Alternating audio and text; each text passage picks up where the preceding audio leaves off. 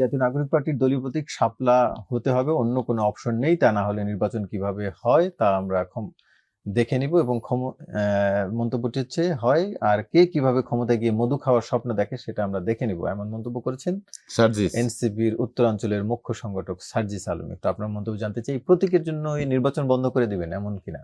না, এটা নির্বাচন বন্ধ এরকম না, এটা তো আসলে একটা ধরেন ইয়ের কথা, রেটোরিক্যালি বলা জিনিসটা। আর একটা ব্যাপার হচ্ছে যে মানে যেটা হচ্ছে যে মধু খাওয়ার ব্যাপারটা, এটা তো আসলে করতেই হবে ক্ষমতায় যে, যাতে কেউ মধু খেতে না পারে, এটার জন্যই তো নতুন রাজনৈতিক বন্দোবস্ত। এই চেষ্টা তো করতেই হবে, এটা লড়াইটা তো ওইখানেই।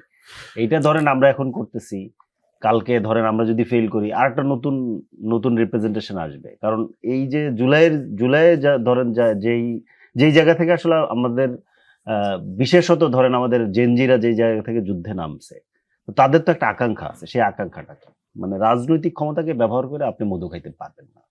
এটা রাজনীতি করতে গেলে আপনাকে সেবা দিতে হবে।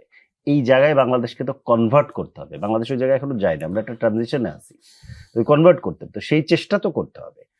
আর আমরা তো মানে খুব স্ট্রংলি অনেকগুলো লজিক দিয়েছি, আইনি ব্যাখ্যা দিয়েছি, অনেকগুলো মানে তথ্য দিয়েছি, সব মিলে আমরা স্ট্রং আর পজিশন দিয়েছি যে আমরা শাপলা পেতে পারি। শাপলা পাওয়ার ব্যাপারে আমাদের কোনো, কমিশন বলছে যে তাদের যে তালিকা, যে 100-র বেশি এই তালিকায় রাখার জন্য আমরা তাদেরকে খুবই জোরালো অনুরোধ করেছিলাম। তারা এটা কেন রাখে নাই আমরা এটা জানি না। এটা কোনো বিশেষ মহলের কারণে কিনা, কিংবা নাকি এনসিপি কে তারা পছন্দ করে না, এনসিপি চাইছে বিদায় দেওয়া যাবে না, এই ধরনের কোনো ব্যাপার আছে কিনা আমি ঠিক জানি না। কিন্তু এটা দেওয়ার পেছনে যে সমস্ত যুক্তিগুলো দেওয়া হয়েছিল, না দেওয়ার পেছনে যে সমস্ত যুক্তিগুলো, আমরা এগুলো সবগুলোই আসলে ডিবাঙ্ক করেছি। আমরা কিন্তু বলেছি যে এই কারণে এটা দেওয়া যায়। তো এখন আমরা আসলে যেহেতু হয় না, আমরা অনুরোধ জানাতে চাই। আমরা বারবার তাদের সাথে আমরা বসতেছি, কথা বলছি। আমরা এখন আশাবাদী যে নিশ্চয়ই এটা তো একটা পলিসির ব্যাপার, একটা জাস্ট একটা পলিসি সেট করে আপনার ধরেন যদি শাপলাকে ওইখানে ইনক্লুড করা হয়, ইনক্লুড করে এটা দেওয়া সম্ভব, এটা কোনো ব্যাপার না। এবং এনসিপি শাপলা দাবি করা এবং সারা দেশব্যাপী ধরেন আমরা যে গত জুলাই পদযাত্রা করেছি, এনসিপির মার্কা হিসেবে, জনগণের মার্কা হিসেবে শাপলাকে বাংলাদেশের জনগণ গ্রহণ করেছে। এটা আসলে ওনাদের দেখা উচিত। কারণ গণদাবি বলে একটা ব্যাপার থাকে, তো গণদাবি কিন্তু আইন সংবিধান এগুলোর ঊর্ধ্বে, গণদাবির উপরে একটা ব্যাপার থাকে। তো এটা আসলে এখন একটা গণদাবি এনসিপি, এটা আসলে আমাদের কোনো নিজস্ব ব্যাপার না, আমরা নিজেরাও আসলে এটার ঊর্ধ্বে। মানে এটা আমাদের ইচ্ছা নিরপেক্ষ না। আমরা যদি এখন নাও চাই শাপলা, আমাদেরকে আসলে শাপলার জন্যই যেতে হবে। মানে এটা আমাদের চাওয়ার উপরে না, কারণ আমাদের সাথে যুক্ত, আমাদেরকে যারা ফলো করে, আমাদের যারা সমর্থক, তারা সবাই আসলে শাপলাকে একসেপ্ট করে নিয়েছে এবং শাপলাই তারা চায়, অন্য কোনো কথা কেউ শুনতে চায় না। এরকম একটা প্রেশার একেবারে সব জায়গা থেকে আমাদের উপরে আছে। তো এনসিপির মানে সরি, শাপলার বাইরে এনসিপির ভাবার কোনো সুযোগ নেই।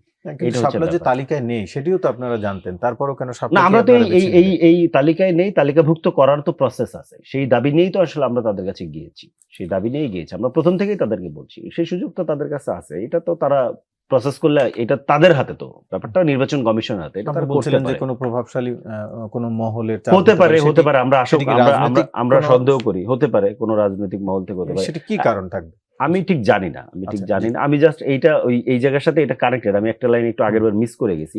সেটা হচ্ছে যে আমাদের একটা জিনিস খেয়াল করা দরকার, ওই নিউজটা যে সময় প্রকাশ হচ্ছে, ওই প্রকাশের সময়টাতে আসলে মির্জা ফখরুল ইসলাম আলমগীর সাহেব কিন্তু ট্রাভেলের প্রস্তুতিতে আছেন, এবং উনি ট্রাভেল আছেন, একটা লম্বা ট্রাভেল কিন্তু গেছে, লম্বা ট্রাভেল আমরা জানি, আমেরিকান জানি, একটা লম্বা ট্রাভেল।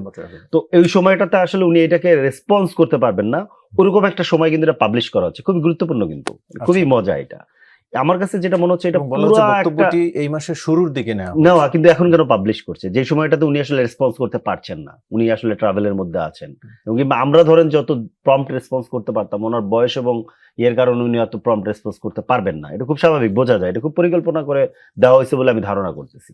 এবং এই পরিকল্পনার মধ্যে খেয়াল করেন যে এখানে যেটা করার চেষ্টা করা হচ্ছে, সেটা হচ্ছে যে এক পক্ষের সাথে আর এক পক্ষের একটা ধরেন মনে করেন যে সংঘাত তৈরি করার চেষ্টা করা হচ্ছে।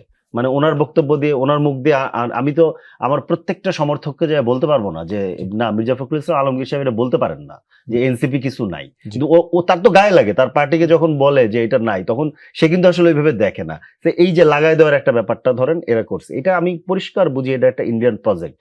তো আমাদের প্রত্যেকটা রাজনৈতিক দল সমাজের যারা আসলে সচেতন মানুষ, যারা আসলে আমরা সমাজকে নেতৃত্ব দেয়, তাদের প্রত্যেকের আসলে এই ব্যাপারে সতর্ক থাকা উচিত যে এই খেলাগুলো কিন্তু চলতেছে, আগেও ছিল বা এবং চলতে পারে। ভবিষ্যতে এটা থাকবে। এই আরেকটা ব্যাপার হচ্ছে যে ওই আবারও বলার চেষ্টা করা হয়েছে যে লীগ জাতীয় পার্টিকে ইলেকশন আনবে, এটা হচ্ছে না। ফ্যাসিস্টের সাথে কোনো নেগোসিয়েশন হয় না, এটা ফ্যাসিস্টবাদের যে আতুর ঘর, সেইখানকার অ্যান্টি ফ্যাসিস্ট লিডার ওনারা বলে গিয়েছেন ফ্যাসিস্টের সাথে কোনো নেগোসিয়েশন হয় না, ওকে শুধু ধ্বংস করতে হয়, ফ্যাসিজমের সাথে কোনো আসিফ মাহমুদ শাহান নেগোসিয়েশন একটু নাই।